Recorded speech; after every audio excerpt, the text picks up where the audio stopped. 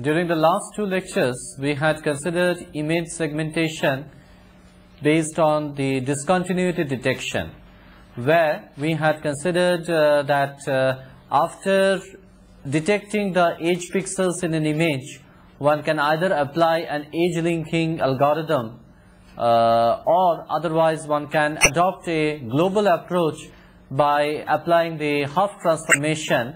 And the basic purpose of half transformation was to detect the straight line. Now, as we discussed in the last lecture, that we will be basically transforming the image from the xy plane into a rho theta plane by characterizing the straight line into an equation of the form x cos theta plus y sin theta is equal to rho.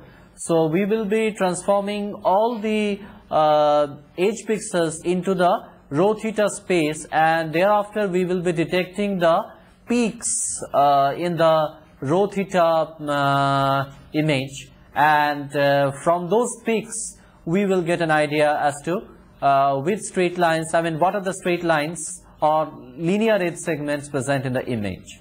And basically all these things were nothing but segmentation based on, all of them lead to segmentation based on the discontinuity detection. Now today we are going to consider segmentation based on image thresholding. And in this, this is basically an approach based on the similarity detection, because as we discussed in the very first class of image segmentation that there are two fundamental approaches to segmentation. One is based on the discontinuity detection and the other is based on the similarity detection. And the one which we are going to discuss today, that is segmentation based on thresholding, it comes under the topic of segmentation based on similarity, because after all, here we are going to segment the image based on the similarity of intensity values. Now, the principle of thresholding is, we might have discussed the aspects of thresholding, or at least we had, on quite a few occasions we had discussed about binarizing an image. That is to say, finding a threshold so that anything above the threshold you call as the intensity level 1, and anything below the threshold you consider as intensity level 0, so that the entire image you transform into a binary image. And this aspect we had already discussed in one or two occasions. Now today we will be basically considering this aspect of thresholding, and especially we will be considering that how to select the threshold, because after all, any threshold selection should not be just an ad hoc mechanism whereby just by looking at the histogram we feel that this should be the threshold. Although in many practical cases one really finds that an ad hoc mechanism is applied to find the threshold, but really speaking it should not be done that way. There should be a logical basis as to determine the proper threshold, so that the thresholded image which we get ultimately indicates a clear demarcation between the object point and the background point, because that is after all going to be our objective. In segmentation what we are trying to do is nothing but we are trying to separate out the different objects with respect to the background. Alright, so that is why the threshold selection is very much important. But if we just discuss the mathematical principle, that is one of the simplest mathematical principle, that is to say, if you consider the image intensity to be a function fxy, okay, now one can always say that if fxy is less than t, where t is some threshold, okay, then the point xy belongs to an object point, okay, and vice versa. That is to say, if f of xy is greater than or equal to the threshold t, then it is a background point. Okay. Now, of course, this is a very relative definition, means one can have less than t as background and greater than or equal to t as object point. That depends whether you are having a bright object against a dark background, or whether you are having a dark object against a lighter background. I mean, you can have anything. So basically, this is not always true that we must be having fxy less than t as object point. You may have that as background point depending upon what type of background and what type of object point you are considering. Now, the pertinent question is that on which factors is this threshold t dependent?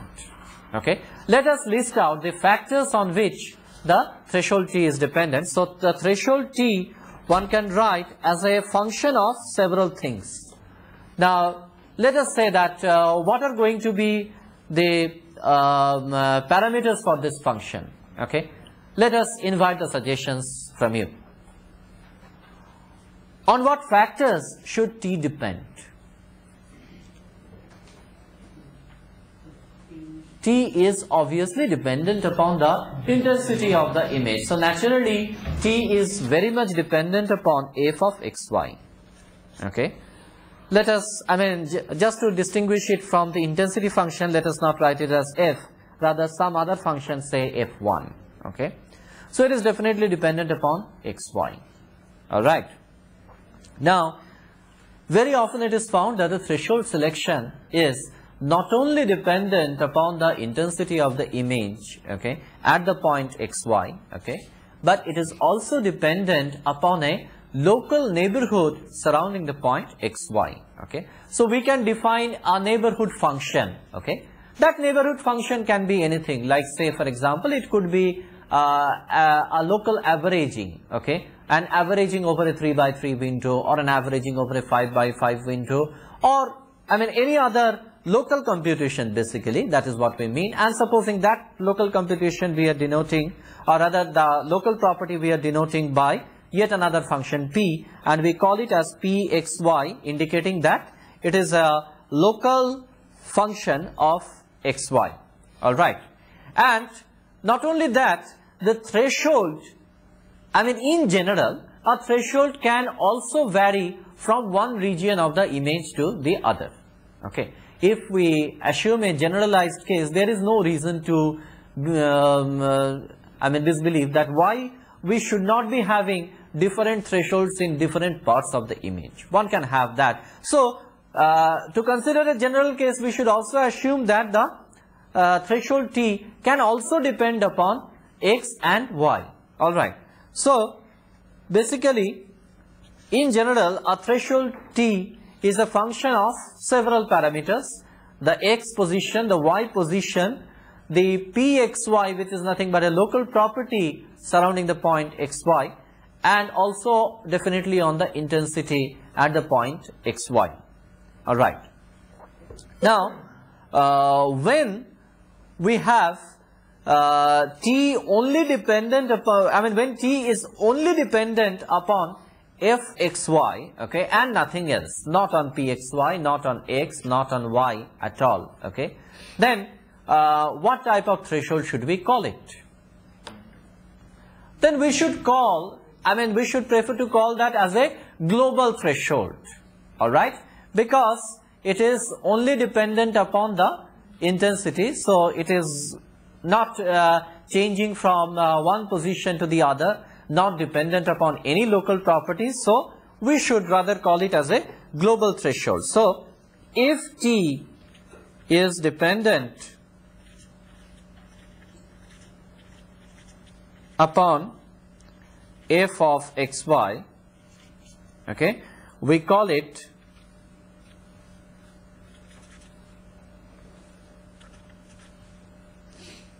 a global threshold.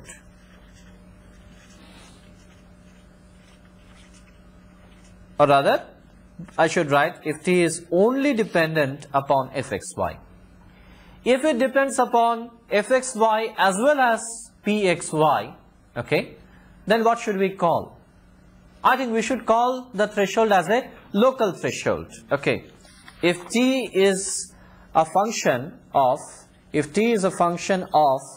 both p of xy and f of xy, alright, then we should call call it as, then T is a local threshold.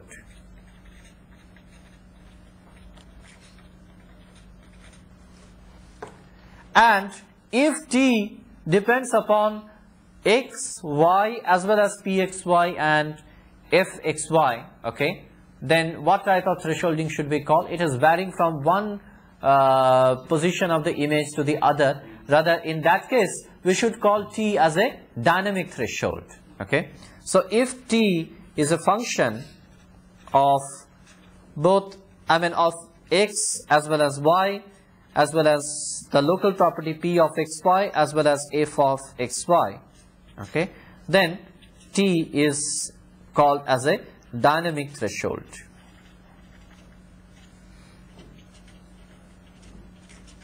That means to say, we have to find the threshold for every point xy individually.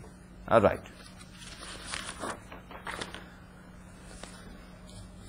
Now, the question is that when should we apply a global threshold, okay, and for which images should we think of applying a local threshold or a dynamic threshold? That aspect must be well answered. First thing is that when we have images, okay, whose qualities are reasonably good, okay, that means to say where the images are taken under a very proper lighting condition, okay, lighting conditions which are absolutely under our control, okay. In such cases, okay, one can think of applying a global thresholding, okay, in order to discriminate or in order to distinguish the object from the background, okay. So in controlled environment, generally the global thresholding leads to very successful results, okay. Whereas for images where the environment, where the imaging environment is not under our control at all, okay, there we may have to apply different thresholds for different regions of the image, and not only that, we may have to apply the threshold, okay, after processing the image through some local operations, okay. So those are the places where we will be needing the local thresholding as well as the dynamic thresholds, okay. Now the question is that typically when we get an image, okay, where typically in an image when we look at the intensity distribution, okay, we never get any ideal distribution. Like ideally one can assume that all the object points are going to have a uniform intensity, say a uniform bright intensity, and then all the background points are going to have a uniform dark intensity, means a constant brightness region and a constant darkness region, okay. One can assume that ideally, but typically it will not happen that way, okay. There will always be some kind of an intensity distribution, or rather if you are looking at the histogram of the image, okay, you may obtain the histogram something of this nature, right. You may observe that the histogram is something like this.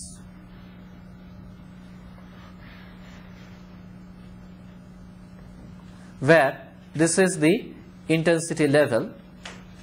On the x-axis we have intensity level, and the y-axis we have the population, okay, or rather the number of pixels.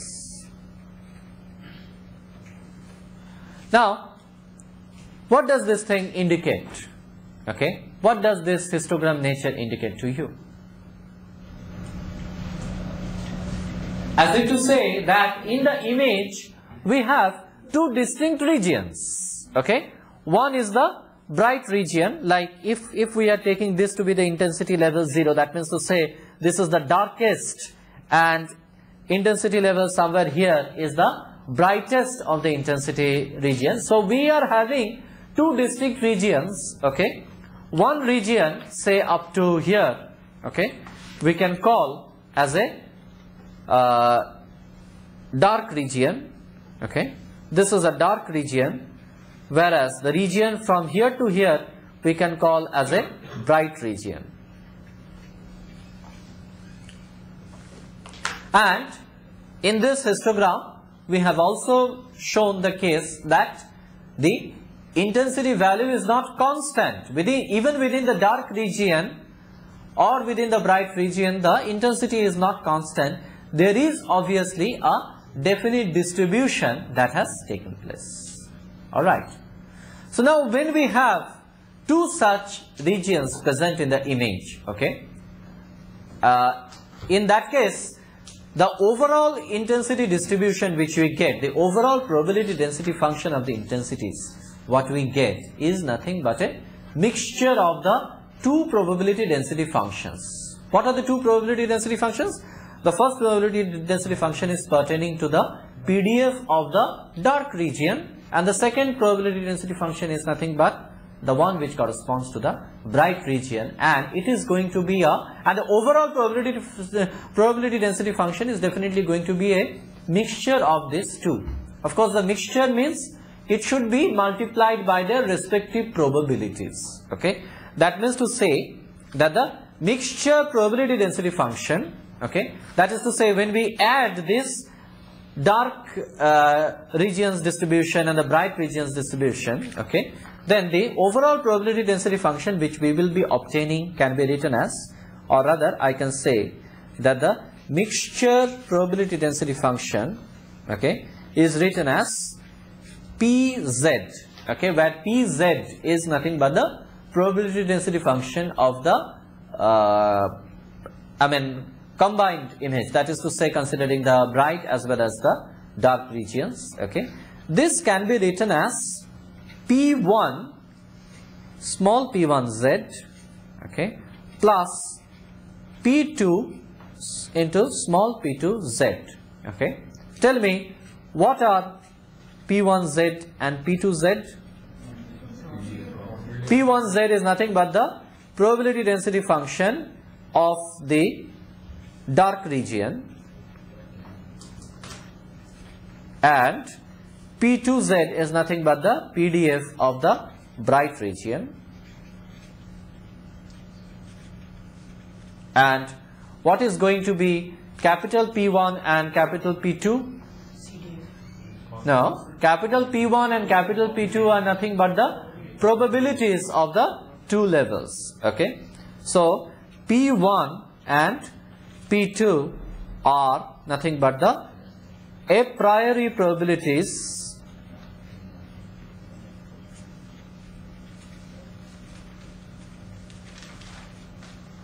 of the two levels.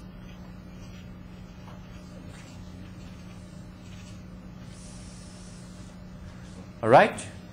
Now, what should we write? I mean, what is going to be the relation between P1 and P2? Obviously, P1 plus P2 is going to be equal to 1. Okay. So, one constraint is that we must always have P1 plus P2 equal to 1.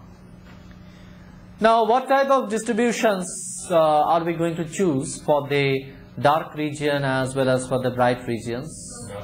It is generally a standard practice, okay, to choose Gaussian distributions, okay, for the dark region as well as for the bright regions. If we choose Gaussian probability density functions, okay, then we can write Pz in this form, okay. The overall probability density function Pz can now be written as capital P1 multiplied by P1z. Now, in place of P1z, we are going to write root over 2 pi sigma 1 exponential to the power minus z minus mu 1 square divided by 2 sigma square 1, okay. So, this is for P1, P1z, okay. This plus P2 into root over 2 pi sigma 2 exponential to the power minus z minus mu 2 square divided by 2 sigma 2 square, okay. This is going to be the overall probability density function. So how many unknowns do we have in this equation? Totally we are having P1, P2, mu1, mu2, sigma 1, sigma 2, 6 unknowns are there, but obviously we already have the constraint that P1 plus P2 is equal to 1. So there are 5 unknowns, okay, which we are dealing with, alright. So we will see that how to, our objective now is to choose an optimal threshold, okay, and we will see that how one goes about selecting an optimal threshold for this case, okay. Now, let us assume, okay, although that assumption is not violating any generality, without loss of generality, you assume that the dark regions, they correspond to the background, okay. So, you assume that the dark regions are nothing but the background, and all the bright, all the pixels belonging to the bright regions, okay, they indicate the objects. So, in this case, what is the inequality that exists between mu1 and mu2? Mu1 is the mean of the dark region and mu2 is the mean of the bright region. So, obviously, mu1 is going to be less than mu2. This inequality must always be satisfied, and we must select a threshold t, okay. So, a threshold t should be selected such that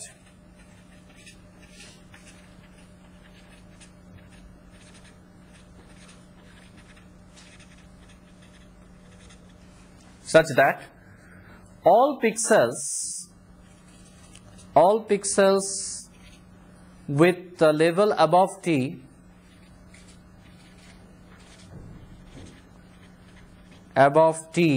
are object pixels, right?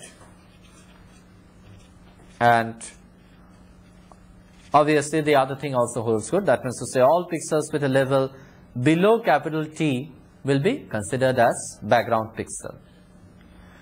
Now, in order to determine the optimal threshold, let us select a characteristic, that is to say that what is the probability that a pixel is wrongly classified. That is to say that the probability, we would like to find out the probability of erroneously classifying an object point into a background point, and also erroneously classifying a background point into an object point, okay. So, if we are considering the probability that erroneous classification, the probability of erroneous classification of object point as a background point,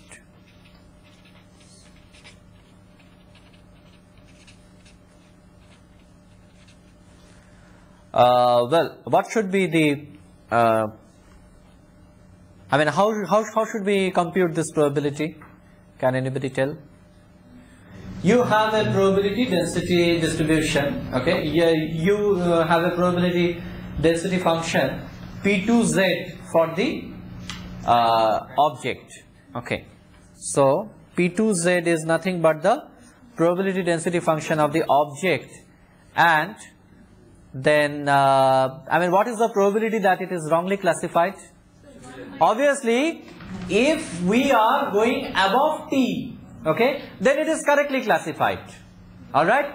But if we are going below T, then it is wrongly classified, okay. So, considering all the pixels, okay, which are lying less than T, okay, that must be considered, or rather we must do what? We must integrate the probability density function within limits 0 to T, or in general we can go from minus infinity to T, okay. So, what we must do is that integrate P2Z, okay, with respect to Z within the limits minus infinity to t, and that gives us the error probability that an object point is wrongly classified as a background point.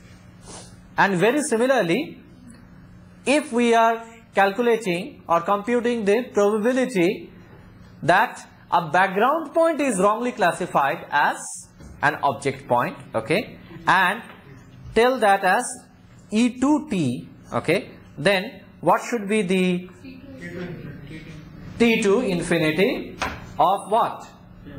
P1z. Integrate P1z dz, because P1z is nothing but the probability density function for the dark region, and dark region is nothing but the background region as per our assumption. Okay. So, what is the overall probability of error? P1 E1t plus P2 E2t. Okay, because we are all the time assuming that the probability of the a priori probability of the dark region is P1 and a priori probability of the bright region is P2. Okay, so the overall probability of error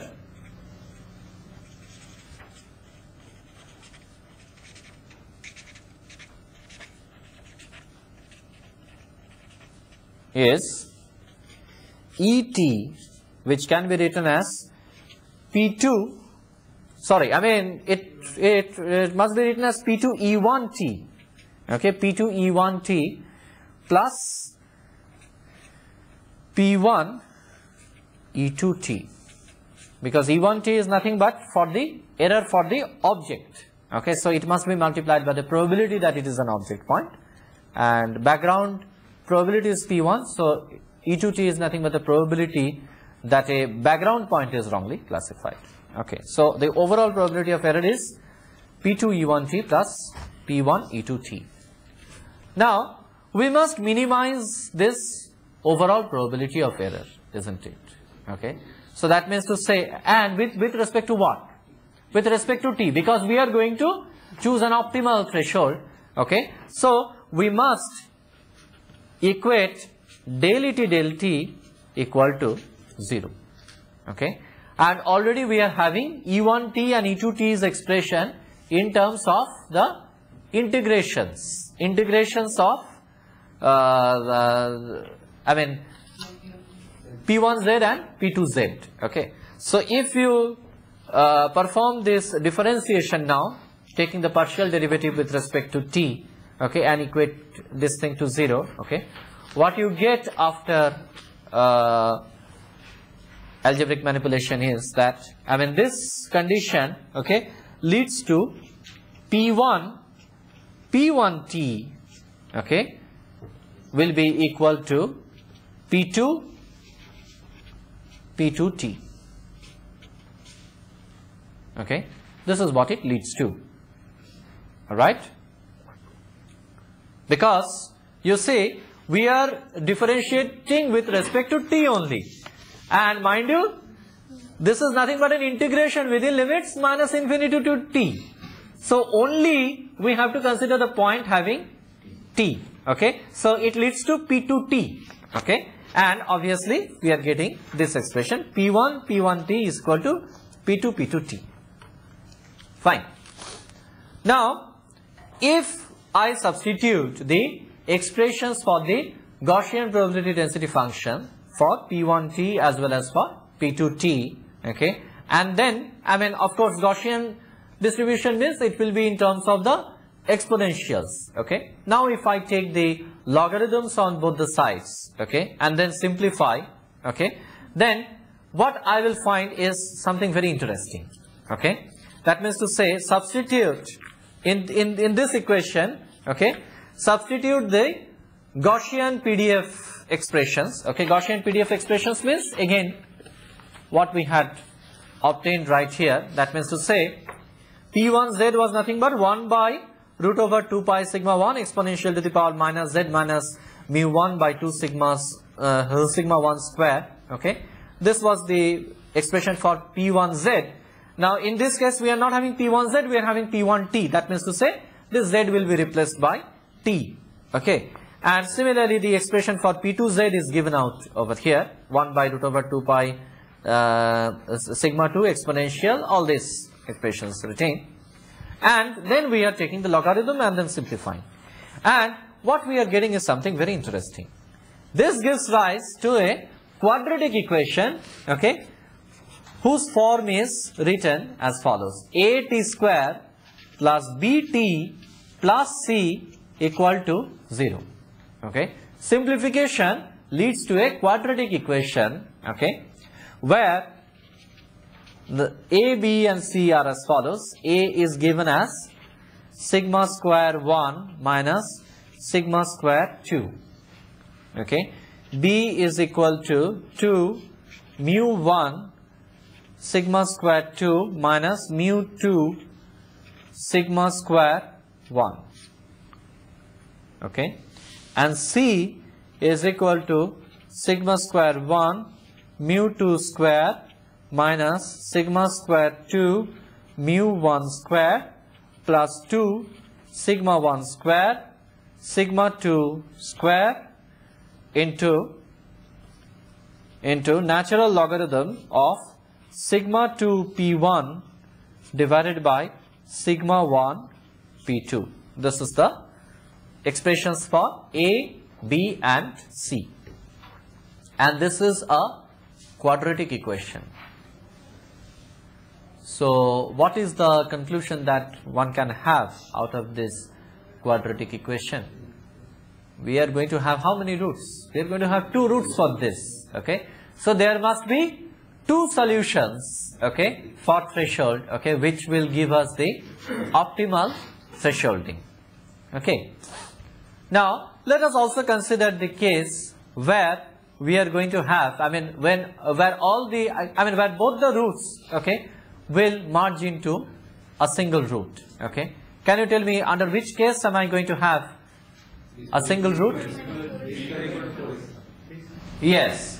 Or rather, you just simply see over here, if I have sigma square 1 and sigma square 2, okay, if they are equal, okay, if the variances are equal, okay, then it leads to a single equation. Okay, then it no longer remains as a quadratic equation. So what we have, if the variances are equal, we can take sigma square 1 equal to sigma square 2, call it sigma square only. Okay. Now there a single threshold is sufficient, and that single threshold T is written as mu 1 plus mu 2 divided by 2 plus sigma square divided by mu 1 minus mu 2 natural logarithm P2 by P1. Okay. So this is what we get if the variances of the probability density function for the bright as well as the dark regions are considered to be the same. Alright. Now if you further assume that the probability of the 2 levels, okay, are equal, okay, that means to say if you assume that the a priori probabilities P1 and P2 are equal, if P1 is going to be equal to P2, okay, then we get yet another interesting result. What do we get? We get T as simply mu 1 plus mu 2 divided by 2, which means to say it is becoming an average of the 2 means, okay, the mean of the dark region and the mean of the bright region, okay, and taking the average of these 2 leads to an optimal threshold, provided that we have sigma square 1 and sigma square 2 as equal and P1 equal to P2. Okay. Rather, if we are trying to have a general case, then obviously the a priori probabilities P2 and P1 must be well known. Okay. And we must have some idea about this sigmas. Okay. Sigma square 1 and sigma square 2, mu 1, mu 2, all these ideas we must have, and the best way to get an idea is by looking at the histogram of the image, okay? Or rather, better still, if you have an ensemble of images, as somebody was suggesting, I mean, if you have a large number of similar images, okay, then one can have a better estimate of the mu1, mu2, sigma square 1 and sigma square 2, okay? But even in absence of an image ensemble, one can have an estimate from a single image even by looking at the histogram, okay? Now, histogram, I mean, by looking at the histogram is obviously, I mean, this is some very meaningful approach that after all, what does an histogram indicate? A histogram obviously indicates an approximation to the actual probability density function, alright. And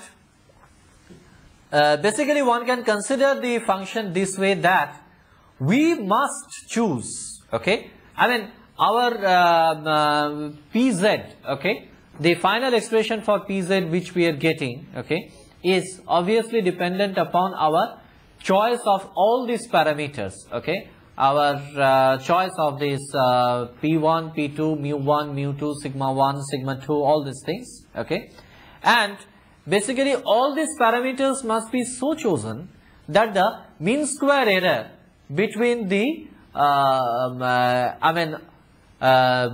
between the probability density function, between the overall probability density function which you get, that is to say Pz, and the observed probability density function. What is the observed probability density function? This, which is nothing but the histogram, call it as Hz, okay. The mean square error of that must be minimized, okay. Of course, it is easy to tell that, but whenever you are trying to minimize the mean square error between the observed histogram and the probability density function and try to optimize on all these parameters, the task is going to be very, very difficult, okay.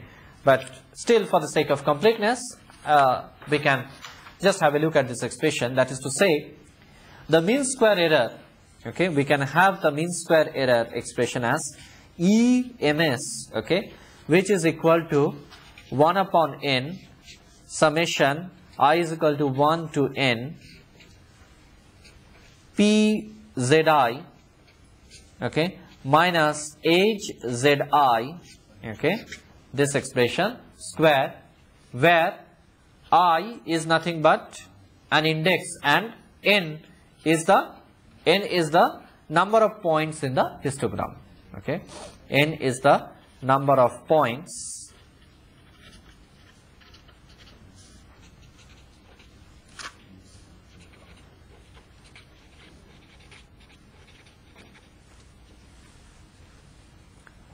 alright. Now obviously you now have to find out an optimal condition for this EMS, okay, by optimizing all the different variables, okay, and then determining the threshold, because we know the expression for the threshold T, alright. So now let us also consider it this way, that typically in an image histogram, what we are trying to do, we are going to have the characteristics something like this, okay.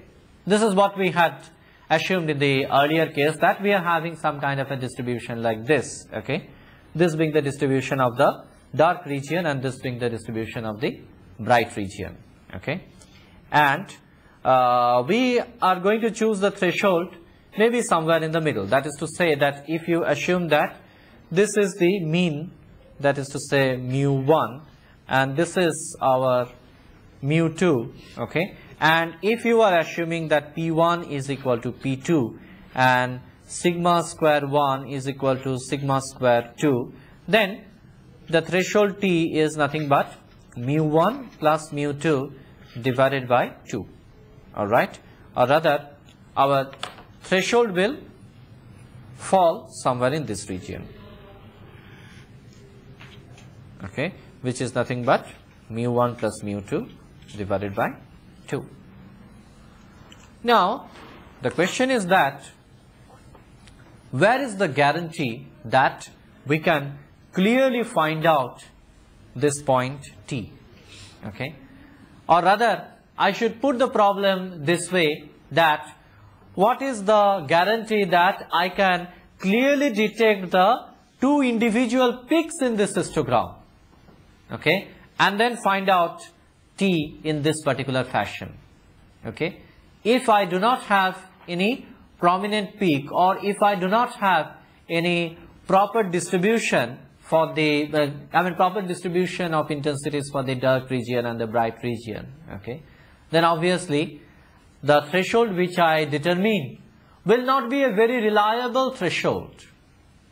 Okay, so now we must adopt a different kind of strategy, okay, in order to find out the threshold. Now normally what we are doing, this threshold, this histogram which we are getting is nothing but a global histogram. Global histogram in the sense, it is a histogram taken over the entire image. Okay. Now instead of taking the histogram over the entire image, what one can do is that you consider the histogram of only those pixels which are very close to the object boundaries, or rather the boundaries between the object and the background. Consider a histogram of only those pixels, okay, so that you can correctly classify those pixels, okay, as to either belonging to the object or belonging to the background. I think this may not be very convincing to you. I can well see from the audience that you are not convinced with whatever I have said, because after all, if I clearly know that what is going to be the object boundary between the background and the object, okay, if this object boundary is known a priori to me, then what for I am doing the image segmentation? Because my basic purpose of doing the segmentation was to find out a proper boundary, or to find out a clearly demarcable region. Okay. So what we should do is that we should do some further processing on the image, okay, so that at least we can have a rough estimate about the object boundary. And after having an estimate of the object boundary, okay, you classify, or rather you consider the pixels, only those pixels which are lying close to the tentative object boundary, and find out a histogram of that. And then what that histogram should indicate, roughly, one can, that histogram will be definitely having some kind of a peak, isn't it? And it should be symmetrical about that peak, because one can assume that the probability of finding, the probability of the point being an object point and the probability of it being a background point, they are going to be almost equal. Okay, because we are only considering the points which are lying on the boundary. And you will be further pleased to know that by doing a histogram of this nature, we are avoiding yet another problem. Many a times in images what you get is that you get very often a very small object against a vast background. Okay, that is very much possible. So under that case, supposing that we have a dark background with us, okay, and we have a bright object which is a very small object. Now how should the histogram look like? The histogram should look like something like this. This axis being the population, and this axis, and this axis being the intensity level.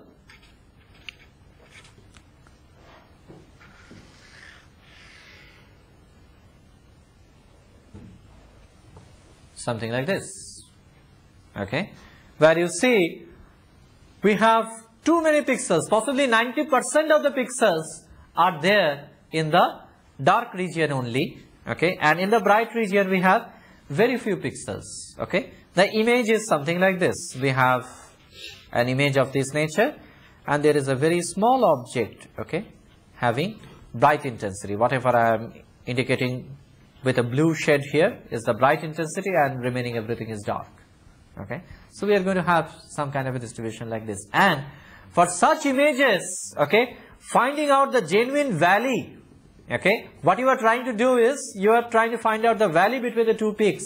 Finding out the valley is furthermore difficult because the two peaks are absolutely uneven. But in the approach which I just now told, okay, do you think that that problem will be there?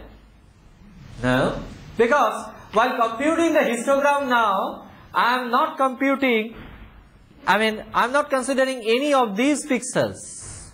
Neither I am considering the pixels which are deep inside the object, okay. Let us consider something like this. We have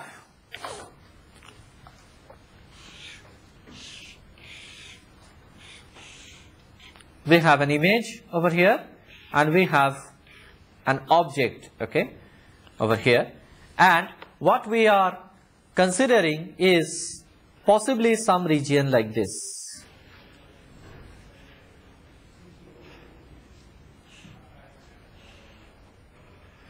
We are only considering this region.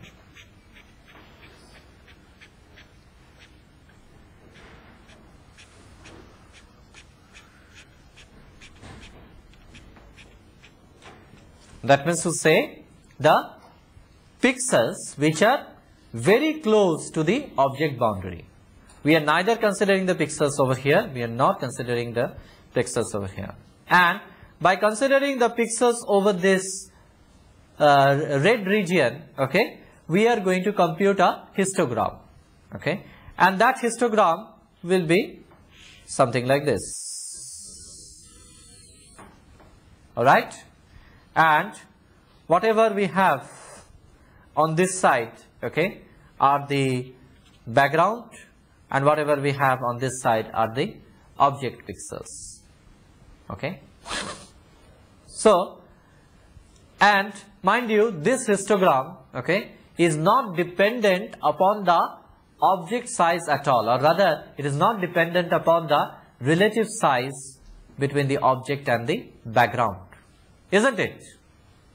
Because this histogram is not dependent at all upon the relative size of the object. I mean, the object, very clearly the object is much smaller as compared to the background region. But whenever you are considering the distribution of the pixels, okay, it is considering almost equal distribution of the pixels which are lying in the background and pixels which are lying within the object, surrounding this object boundary. So what we must do is to estimate this red region, okay. Now from your knowledge, okay, will you be able to suggest that how I can estimate this red region? Around the valley. Any idea you can give? Around the valley.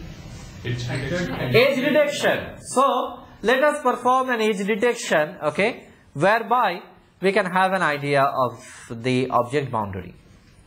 But in normal edge detection techniques, what we are doing is we are only finding out the edge pixels, okay. We are not finding out the regions surrounding the edge pixels. So we must modify the edge detection technique slightly, okay. Now let us go over to our popular edge detection technique based on gradient operator and the Laplacian operator, okay. So we are going to do the edge detection in this particular fashion.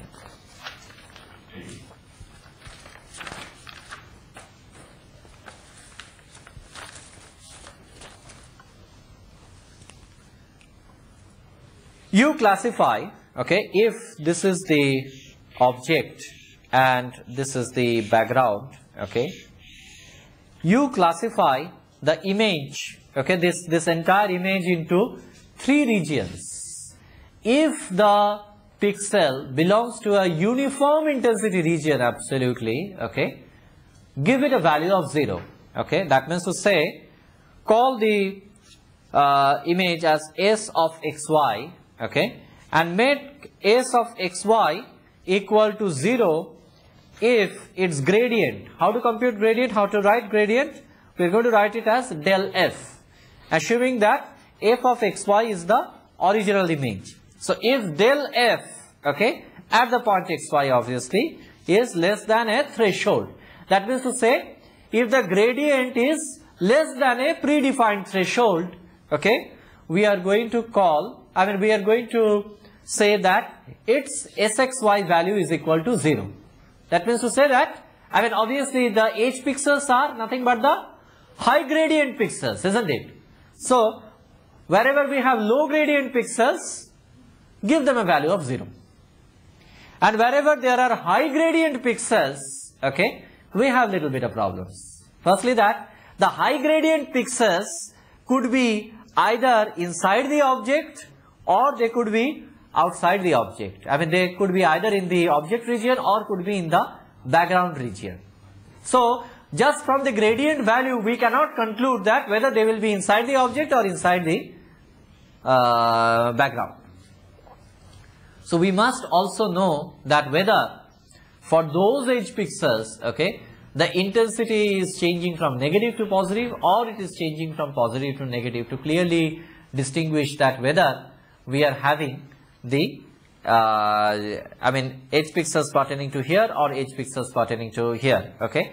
Rather, we must also determine the sign of the edge pixels. Sign of the edge pixels means whether the edge pixels are on this side or on this side. And how to determine that? Take the second derivative. Take the second derivative and take the second derivative to the side. Because you know that at the edge pixel position, the second derivatives make a zero crossing.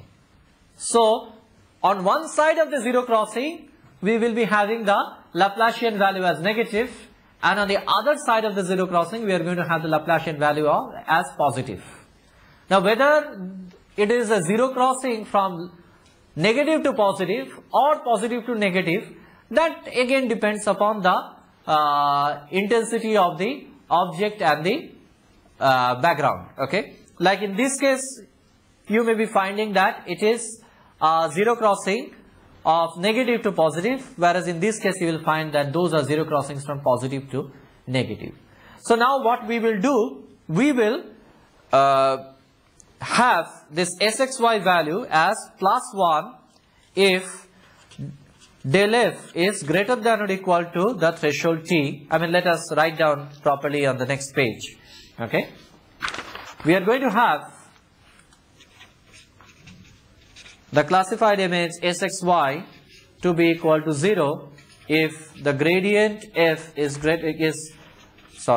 if the gradient is less than the threshold, and it is equal to +1 if del f exceeds the threshold t. That means to say that it's a high gradient pixel, okay, and if del square f, that is to say the Laplacian, is greater than or equal to 0, okay, and have sx value equal to -1 if del f exceeds the threshold t, okay, and you have del square f less than 0. So that means to say that you are converting the original image into a 3-level image. 3-level means either a 0 or a +1 or a -1. So 0 means non-edge pixels, +1 means which are potentially edge pixels but having positive Laplacian value, -1 means which are potentially edge pixels and having negative Laplacian value. And we are considering the histogram of all those pixels which are having sxy value as +1 or sxy value as -1, okay. All the pixels which are having sxy value equal to 0, they need not be considered because they are lying within the uniform intensity region within the background or within the object. So, find out a histogram for only those fxy's which are having value of sxy equal to +1 or -1. Find a histogram of that, find the peak of that histogram, and then on one side of that peak, declare them as object pixel, on the other side, declare them as the background pixels. Okay, so that is how one can apply a threshold, okay, based on the object boundary. So we have learned two methods of automated threshold detection. Okay, one approach is where you find the threshold based on some optimal criteria, and the optimality which we had defined was the overall error of misclassification. That is to say, the probability that an object point is classified as a background point, or the probability that a background point is classified as an object point.